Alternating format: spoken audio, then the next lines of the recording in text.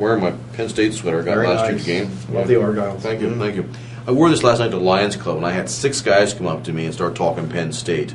The number one question was, why are you wearing this now? I mean, did you wear it during Illinois? No. Number one question was, who the quarterback situation. Bolden, McGowan, they both have played well at times, but these guys are all clearly said it's now McGowan's job. And I think it will be. I think it will be McGloin. I think he's going to be. I think that 3 straight weeks now.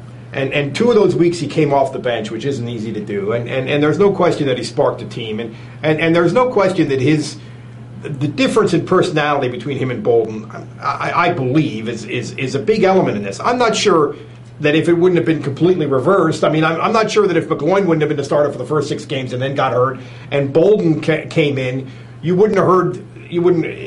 Something similar wouldn't have happened, and the kids after the game would have said, well, we needed a calm, steady voice. And now they're saying we need a fired-up guy, we need a fired-up, dynamic guy. You know what I mean? I just think they needed a change to some extent. But there's no doubt that when you look at where they were after that Illinois game 3 weeks ago and where they are now, and there's a lot of mitigating things that go into it, 3 straight teams that they could block, that had defenses that they could block, I think is the biggest single thing.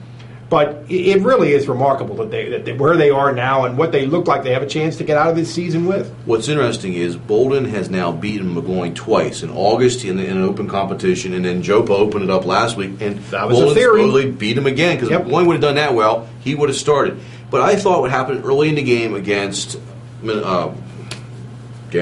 Northwestern, Bolden didn't pick up some of the blitzes, got sacked, had a fumble.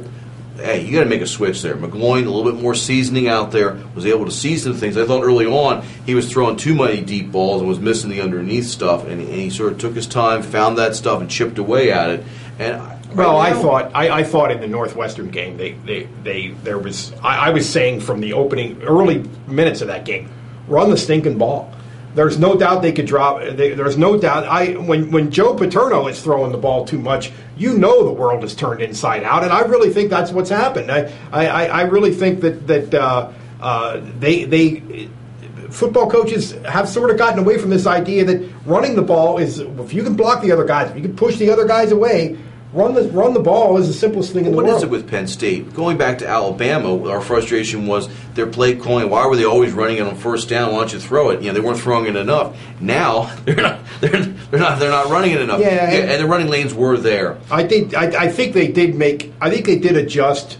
They have thrown a lot on first down. There's no doubt about that, and I think in general that's been a good, sound strategy. But overall, last week they could have just run the stinking ball. And then to talk about some guys, because again, this came up at Lions Club. Silas Red, playing well. Freshman running back, terrific. He looks great. Right? And another name, Royster, somebody lit a fire underneath him the last 2 weeks. He's been running a lot better. Is it just the offensive line, or is he more motivated? Well, that's the other thing. I think sometimes we apply sort of intangible things, and maybe it was just that they weren't blocking people, and now they are. It could be. Now, so we're going to go with McGloin the rest of the year. I believe so. We don't know that, but I certainly. And they said this was somewhat a rebuilding year anyhow. Next year, open competition again. Let the best guy win the job, right? And remember that McGloin is a sophomore. It's not like choosing him is forgetting about building for the future. He's a redshirt sophomore. He's been up there 3 years, but he's got some future ahead of him too.